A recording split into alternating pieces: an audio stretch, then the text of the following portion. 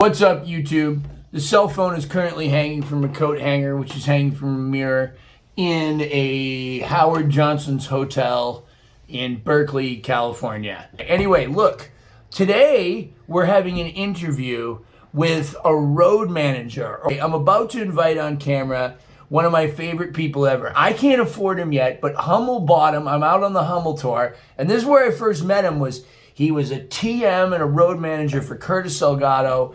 He does the band Lucero. He's been out with Parliament and Funkadelic and Fishbone and all kinds of people.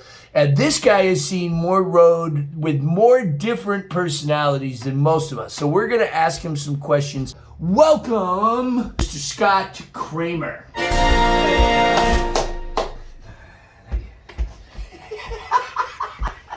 All right, Kramer. So first of all, tell me about your mother. She's a very sweet lady. Okay. Rhonda is a very sweet lady. Rhonda? Yes. That's a killer name. It is. Rhonda is a great name. Yeah. Powerful name. The suit is one of the first things that will strike you about Kramer. You wear a suit, a three-piece suit, on tour, the same three-piece suit, right? Yes. So it's on the whole tour, right? And so when he walks into the club, he like demands authority. First of all, what is the difference between a road manager and a TM, tour manager? Depends on who you're asking. Tour manager deals with a lot of things, pre-tour, advancing, logistics before you actually hit the road. I need that. Venue, backline, travel arrangements, hotel arrangements, things like that. Road manager, some people use them interchangeably, but a road manager is generally takes that information the tour manager gives them and then applies it. So the tour manager, he gets all the shit, and then they just execute it. Road manager could also be a production manager. So why does somebody even need that? Let me tell you why I need it, right? Because I'm just exhausted all day dealing with it and dealing with all the different personalities and like people. Like for example, if I'm on the road and Kramer's, so I actually called Hummel and was like, hey, what about hiring Scott Cramer? Thank you. And I even said, just so you know, I said I will take a pay cut to have Kramer. Now, why would I do that? It's not just because you're my friend. I mean, that's a big part of it, okay? No matter who is the band leader, that guy's, no matter how cool they are, that guy's going to be the butt of the joke. Yes. I mean, always, because it's his decisions. Yep. So you take that pressure off the band leader. I do. And I'm also not afraid to poke at the boss. Yeah, that's fun. Or be poked at. Yeah. Because I'll take it. But it's a hard job that Mark has. With all the I mean, because we're on a harmonica channel, it would probably be good to talk about the Hummel tour. Like, does your audience know what the Blowout tour is? Yeah, okay, so that's a good question. Thanks for bringing that up. From a non-harmonica player standpoint. Harmonica Blowout tour is several harmonica all-stars with as features. Each guy gets 20 minutes to do their thing, and it's kind of a showcase of the who's who in the harmonica world, and every year it's a different lineup. All-star band backing up these guys. Charlie Musselwhite, Magic Dick, Cotton, James Cotton. Did you ever road manage when Cotton was in the band? Yes. Holy crap. It was great. Really? It was fun. Tell me a little bit about it. Yeah. He was very patient, and Jackie Cotton was the one that did all the talking. Okay. And she and I got along great. Okay. She is like... So he rode in the van with everybody and everything? No, they had their own van. Okay. Which was a different... That's a different... Because you don't get the everyday banter. Yeah. I don't care how famous I get, I will never not ride in the van. Yeah, that's the fun part. Yeah. So playing music's the nine to five. Yeah. It's the fart jokes in the van that Yeah, and like build camaraderie. I mean, on this trip too, like getting to hang with Chris and Randy and June and all that. But Chris Kane, I mean, is ridiculous. We could we should be just having him here, just to talk, just one-liners from behind us constantly. You got a lot of these personalities, and they all you're the one that has to deal with that. They're all headlining personalities. Yeah, band leaders. Right. They're all band leaders. Yeah. In a band under a different band leader. Yeah. Yeah. So it throws a bit of a dynamic in it. I've been a sideman, so I'd like to think that I don't do as bad as some of the other cats that have never really been a sideman. Yes. Yeah, but I don't know. So some of the biggest bands that you've TM'd for? TMing, not so big of bands. I've worked for bands. Road managed. Road managed or stage managing is one of my big things. Worked for. Guitar tech. Okay. I dabble in that. Where anything but lighting, I'll dabble in. Okay, but who? Main gigs who I'm very loyal to because they're loyal to me is a rock and roll band out of Memphis called Lucero. I mentioned them, Yeah. And in that camp, I am purely a stage manager, guitar tech. Yeah, but you still do a lot of the same stuff you do here, right? Not really the logistics side. Okay. If they can get me to the stage, I'll take it from there. You just do the monitors and stuff like that? Not necessarily audio.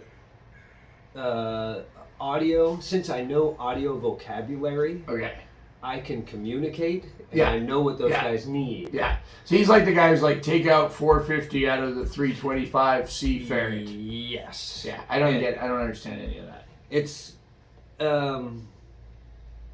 It's just like musical notes, only with numbers. Within a graph thing. Yeah. Yeah, it's weird. If 440 is A, there's the commonality. All right. You go in 443, 438. Yeah. Back to the biggest band. So you did Fishbone. I did Fishbone, which was last summer, which was opening for Parliament. Yes.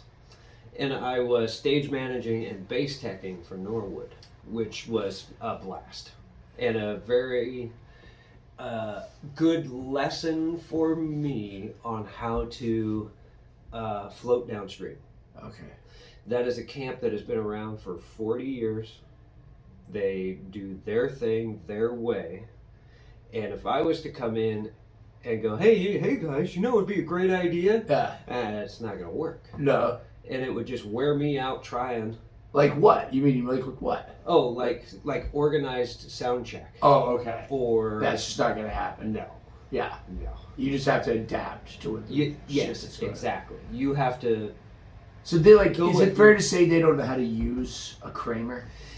They've had Kramers before, and very good ones. Yeah. It just is not in their nature. You're talking about Fishbone? Yeah. Here's my take from that gig. I think, my opinion, create kind of a chaos and dysfunction in their own universe, because that is where they derive the energy and what they do from. They're just used to that. They're used to it, and they know how to use it. Because if you can corral that much just frantic energy onto a stage for an hour, it is magical. Okay. Unbelievable. Off stage, it's just a calamity. It's a lot. You could play Benny. How is on a level of difficulty? How is the Hummel tour 1 to 10? Not. Okay. It's chill. It's chill, and that's good to know. It's predictable. Okay. And why I say that is because I know most of the people in this camp on this tour. Yeah. Yeah. And my job if I can break it down into a couple sentences, my job is essentially to analyze personalities and behaviors. Yeah. And then use that to get done what I need to get done. That's like why I wanted him on the tour, right? So you guys don't know how like crazy it is when you're crammed into a van with just guys. And like we had like 11-hour drive one day. My band does 22, 23-hour drives nonstop. Like just get done with the gig. You know, go take a French shower in the club bathroom on the last night of the tour and just drive home like however far it is. Yeah. And like all kinds of shit happens. We got to get this out of the way before I forget. Why the suit? I bring a backpack full of tools and a paper bag full of socks. Habits are the hands and feet of the mind. I don't have to think about it. I got all the time to think about other shit. Why the suit? The suit is a tool. It gets me in and out of conversations in a way that I use and am becoming more efficient at. Yeah. They don't have to ask who's the guy we ask questions to. Right. That must be that knucklehead in the suit. Yeah. You know. Yeah. Where's the story behind the suit? Where'd it come from? It's a lesson in when the right people tell you the right thing at the right time. The person said the right thing at the right time, and it was scrap iron. If anybody knows scrap iron, Little Milton, he was the TM for Little Milton forever. On a blues cruise, 2010. Yeah. And I showed up. I didn't look bad. I just was that the one I was on? Yeah. Okay. I didn't know we were on that together. Yeah. We didn't meet. No. We did? We'll talk after. At one point, he just took me aside, and I'd known Scrap for a while. Yeah. And we got along great. He trusted me to pipe down out there. Damn Lee Oscar. He didn't have to worry about nothing. He just had to come out, say the name of the band, get the heck out of the way, and off we'd go. So he saw me work. We worked together a lot. And at one point, he took me aside, and his guy had some meat hooks on him. Yeah, and he just put that bear paw on my shoulder and leaned in, and he essentially said, the band respects you, they trust you. What you're doing is on point, basically. Yeah. You should dress the part. Right. He said a lot more words, but it was, you should dress the part.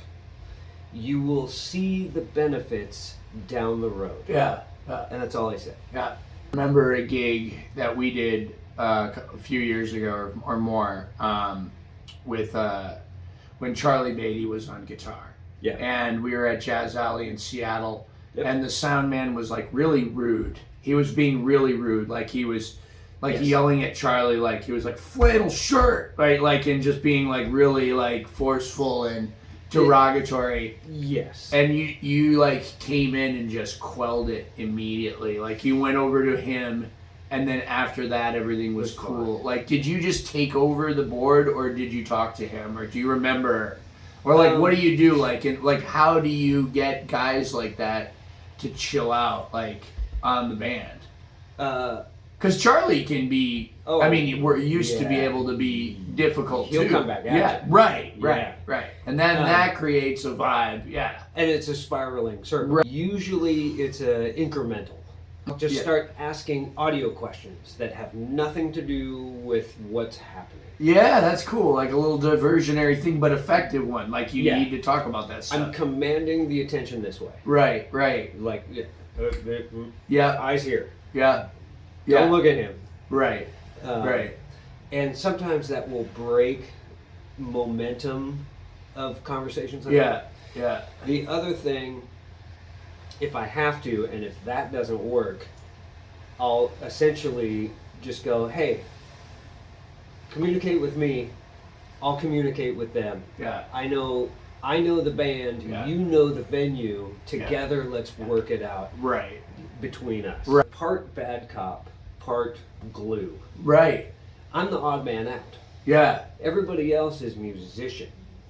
Yeah. I mean, I kind of look at it as you're like, I was thinking about this interview before the thing, and I was like, and yeah, I mean, you see it as the odd man out. I see it as the guy that's not involved in our bullshit.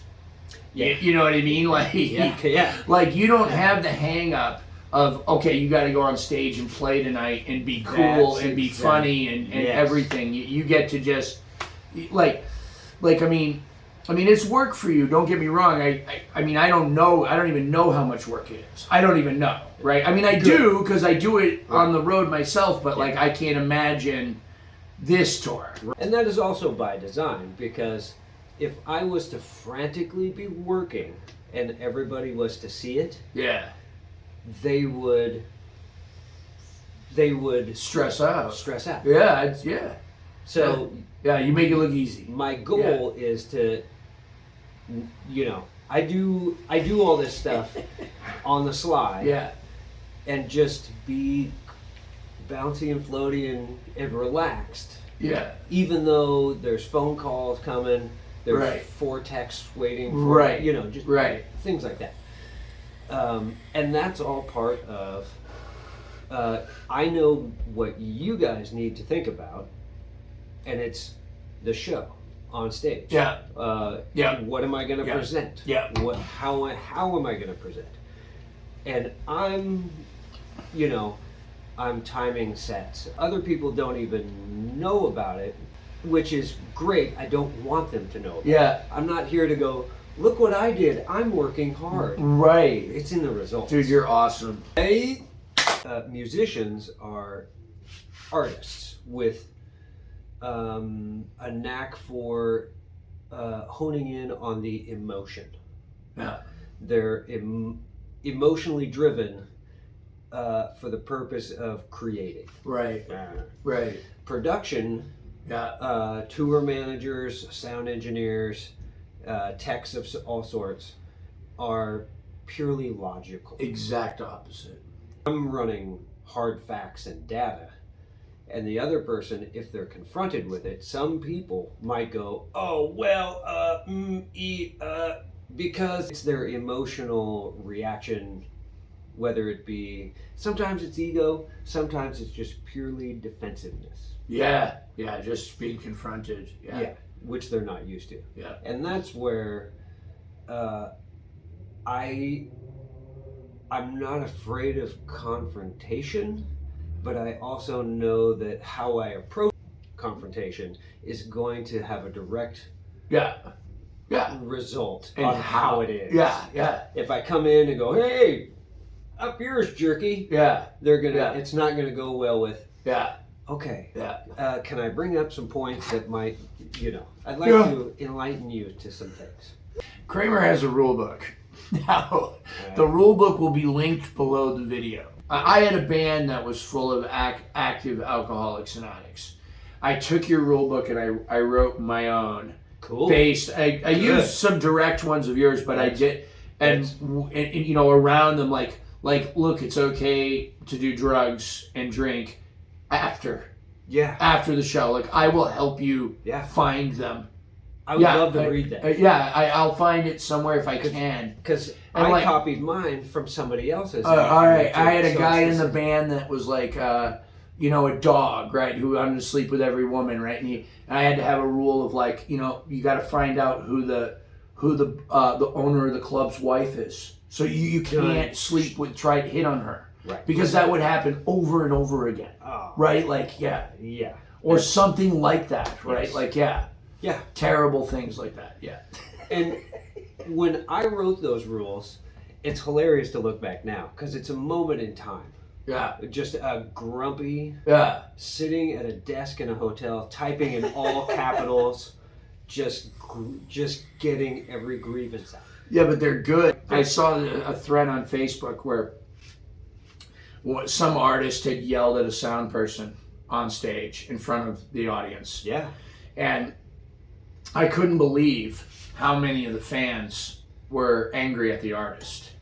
Right, like, because I've been there, right? Like, I don't know that I probably have at some point done something like that. Yeah. But, like, and I know I don't like it when I'm in a band with somebody that does it. I've seen it happen. Right. I've seen people stop a song and go, this one guy went, who I love, who feels bad about it now, but he stopped it and he went, Mr. Soundman, like that. Yeah. And it just it didn't matter anything he played after that. Nope. Nobody liked him. Yeah. But like people don't understand like how hard it is when a guy is like intentionally messing with you. Yeah. Or like when you bring the volume of the band down and then he brings the mix up and won't allow you to create dynamics and sound in music. Right.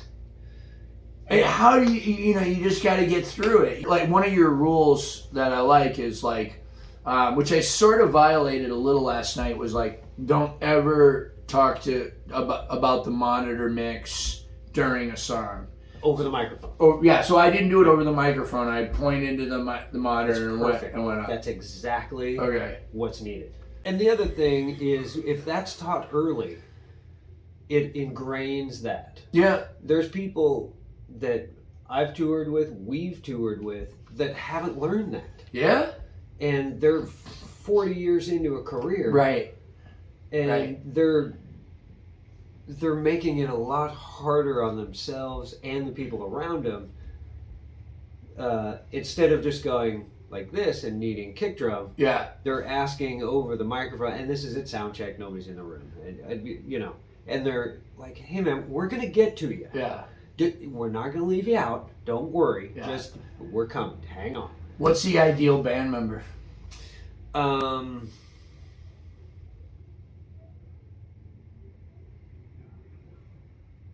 Wow.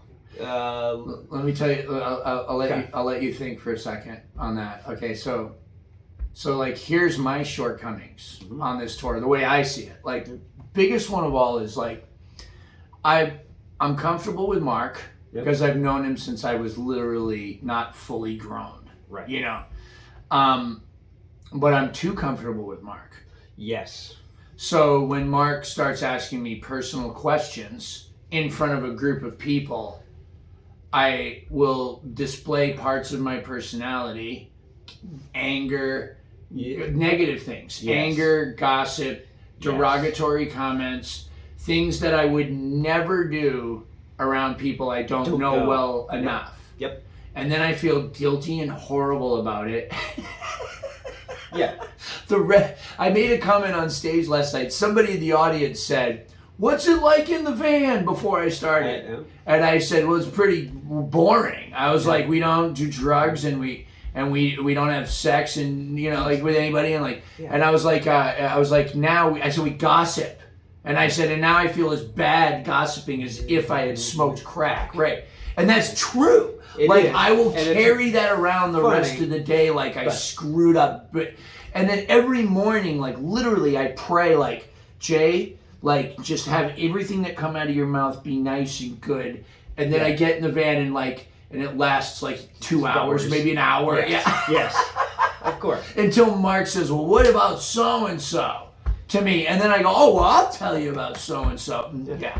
So, love Mark, but he has a knack to, do that. The cookies. Oh, they're so good. Chocolate chip. But yeah, I think he has it. Yeah, but I mean, I think we all do. Even in my band, I will find myself saying things about other musicians in the van that I would never say to anybody else. We get in these 8 to 10 hour drives, and stuff comes out of my mouth. And I get on a roll and I don't know how to stop myself. And I want to tell the whole story so they understand exactly why. Whatever I felt the way I did. So that's the one thing I want to improve more than anything. I have these headphones that I don't use enough.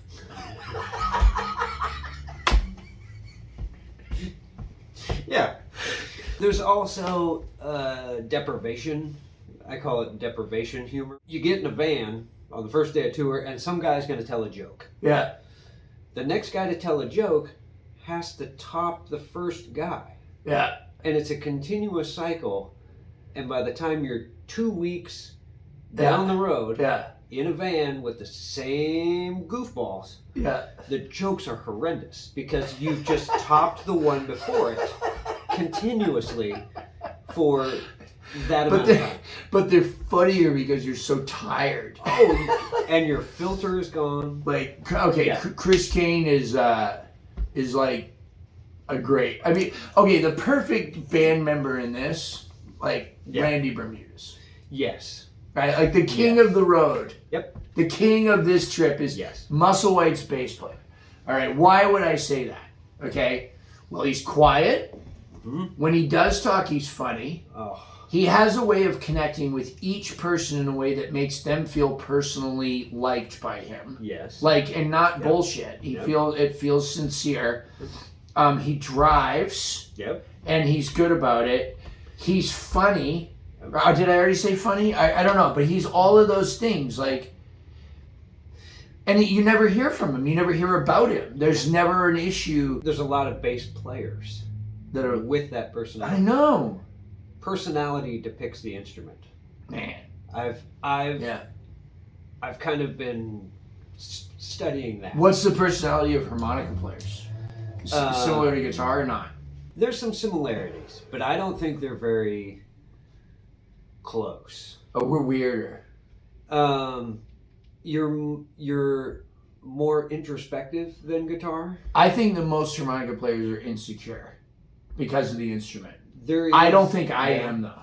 I think like I think like I'm too interested in music. Yes. To be insecure around like another guy. And there are those traits of insecure players, and then there are the traits of like just studied players who do it for the interest in music, in the sound they can create within the limitations that is the harmonica, and you've got kind of the brainiac crowd. Golden Girls.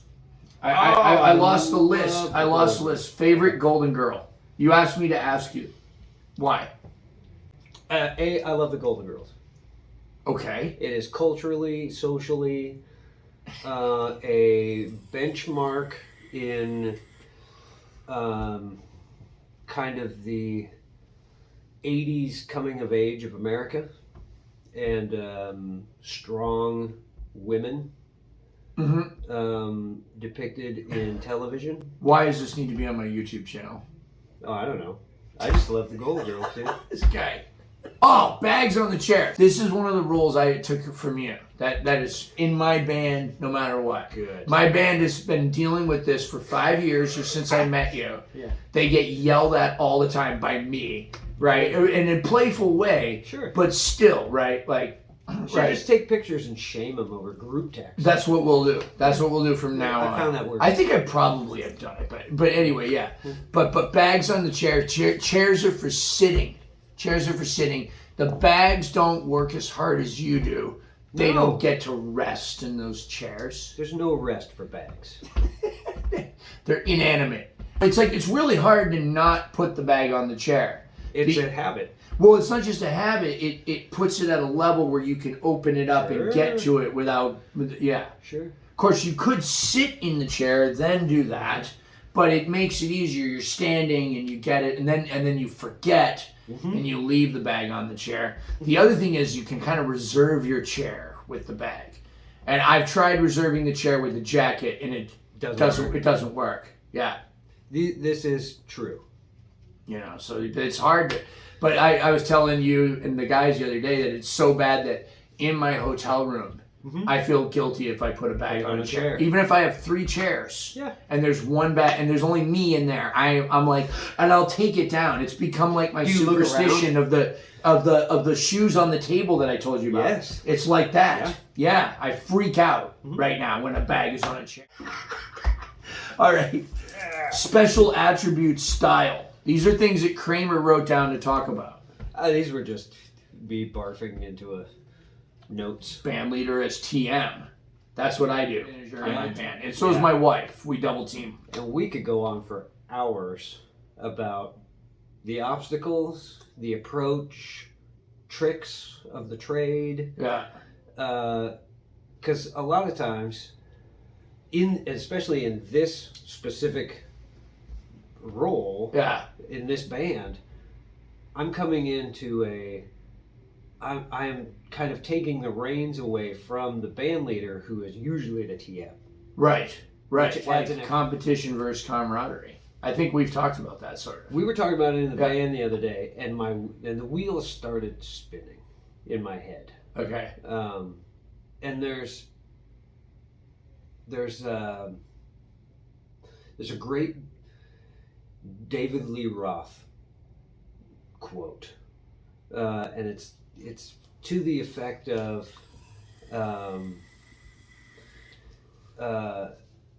camaraderie amongst musicians establishes kind of a complacency, but a competition creates excellence, or you're always trying to just crush, crush before that other guy. I've seen it. And there's a healthy way to do it. When I was out with that other guy, harmonica player, that was our thing.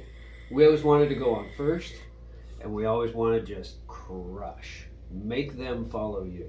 Only the mediocre talents are complementary of each other. The real talents are competing with each other. Yeah. If you're not competing with somebody or something, you should have the fear that you are not maximizing your potential. Yikes. So I so agree with it, and I also don't. I've been in that band. Yeah. And it was great. He's right. I had this guitar player, Sean Starsky, and we constantly competed with each other.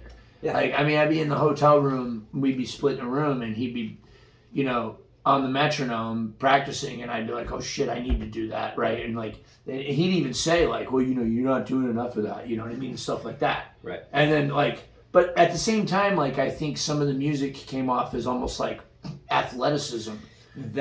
Instead of art. Yes. And I think the camaraderie lends to art. Agreed. So I don't know if I agree with this. I do and I don't. I don't have an answer. Let's put it that way. Yes. Yeah.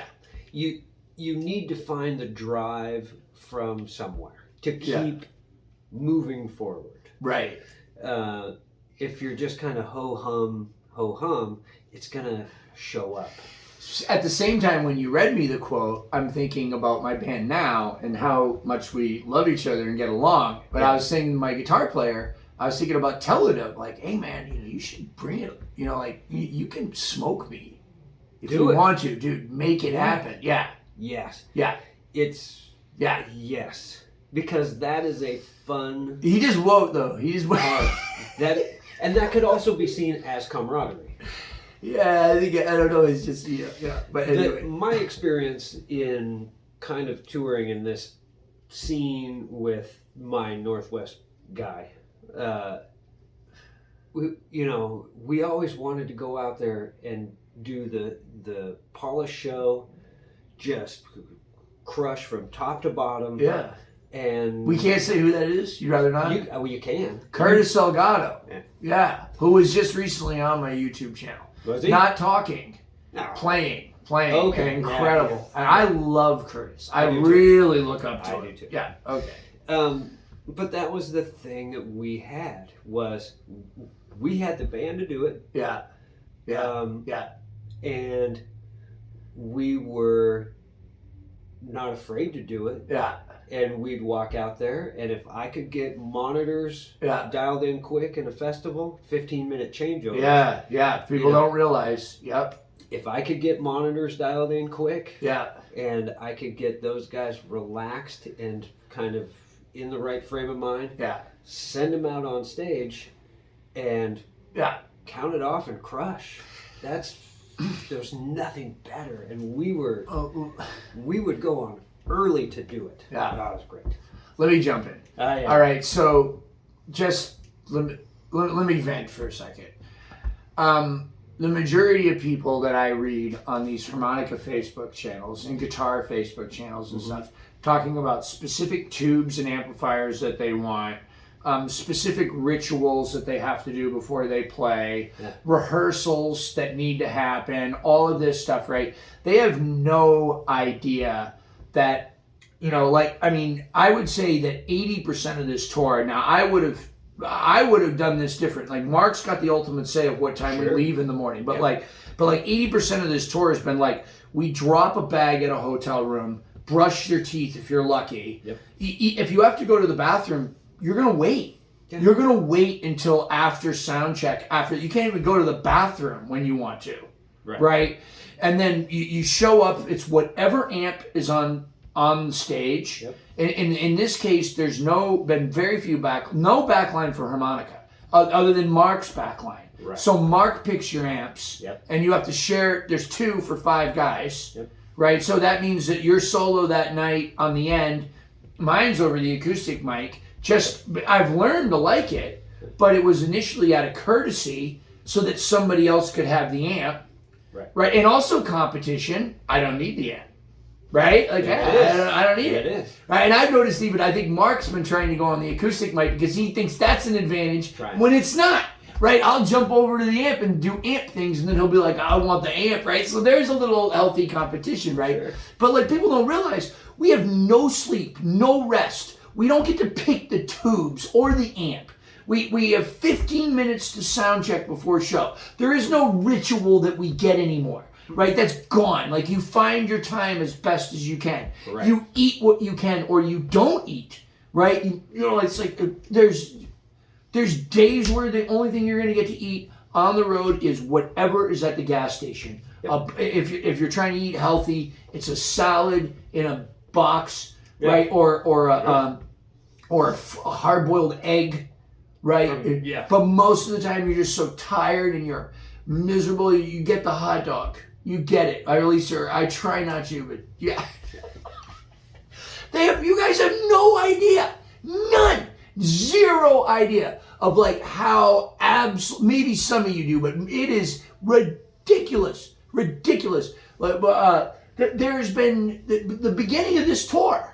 I showed up to the first gig having not been to sleep in 48 hours. Yeah. For the first gig. Right. You started the tour. I started it like that. Last night, I took bars of soap and took my shaving cream and smashed, because there wasn't enough shampoo, smashed it, and then put all of it in a shower, not even a bathtub, right? And then scrunch the soap up into there, and then rub the clothes together, getting soaking wet while feeling sick. Okay, doing that. Now the reason we're in Kramer's room and not mine is because my entire room is stuff hanging all over it. The floor is wet everywhere. I have every towel soaking up stuff. Right now, as we speak, my outfit for tonight is hanging out the window of the bathroom, and it's raining, and I'm wondering, did all of that drying, right? Like, just go. And I will spend my ritual before the gig will be a blow dryer on my outfit for tonight, which will probably be wet at the gig. While I'm sick, I'll be wearing cold, wet clothes. Yeah. And then doing the gig. Yeah. I just wear this every day. That's way better. Yeah. And then somebody will be like, well, you stop complaining. And I'm like, I'm not complaining. I'm telling you exactly what's happening. I wouldn't have it any other way. Right. I'm fine. I'm fine. But it's hard. Yeah. It is hard. Yeah. But it's fun. Well, that's what we say to my cat when he has everything and he meows. Right. We go, it's hard. I have everything, but I'm meowing. Yes. in some of these other camps, we always go, oh, my TV's too big. My pillow's too soft. I like that. The Wi-Fi's out on $1 million bus. Next time we'll go for the $2 million bus. Yeah. Like, come on, you guys. I've never been on a tour bus. Oh. Never in my life. I want the bunk bed with the DVD player and the air conditioning. Oh, those things crack your knees. Yeah. They're not all that. They're not all that. But it's a new thing, because once you get that bunk on a bus, it's a different ball game, and it's not any easier because it lets you go harder. Right. Right. Like, because you mean there's less hotels because there's a day room. Yeah. Once a week. Right. To shower, or you're showering at the venue. Yeah. You go harder since you have that. You drive all night. Right. Wake up in front of the venue. Load in at noon. Yeah. Don't play till, doors are at 7. Yeah. You go on at 9. You go back on the bus. Yep. Yeah. So it's a different ball game, but it's not. Yeah. People are like, oh, it's luxury. Do you guys use the shower at the Flying J's and stuff like that? No. No. It's been done. Yeah. When it's really needed. Right. But right.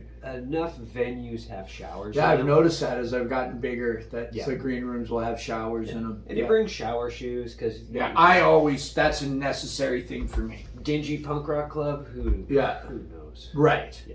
Right. All right. Anything else? We've gone on forever. I could go on forever more. I could do. We didn't talk about it. You do it. Big feet. Oh yeah, conspiracy theories, Bigfoot.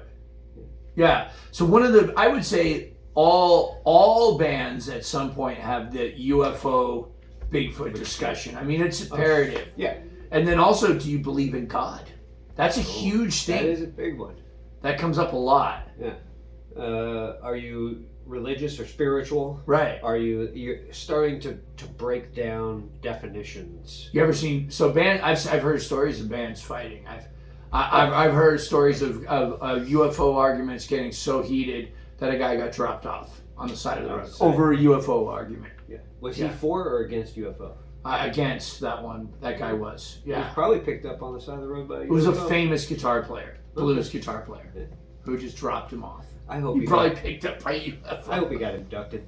You got to have the guy though that is reasonable in the band to counter it.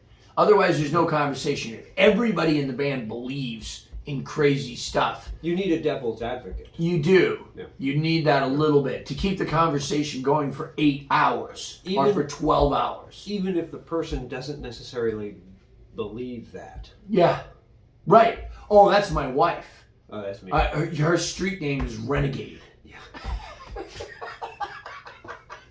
That's her street name. She's Renegade. Nice. Yeah. Is it spelled correctly, or does she spell it funny? we should spell it funny. Yeah, that's funny. It's good. Thank you. Yeah. Like a renegade with a capital A. Just something. Yeah. An anarchy A. Yeah. An anarchy A. Yeah, that's renegade. Yeah. So. Oh, she'll just argue just for the sake of it. Yeah, it's complete and passionately. Yeah. We'd get along. Yeah. Oh, you'd love her. That's why I want you to come to New Orleans. All right. Yeah. All right. Well, if we can just figure out who stole Mark's cookies last night, we'll never figure that out. No. That's a conspiracy theory there will be no answer to. Right. And you got those cookies from 7-Eleven. So those are legit cookies. Yeah.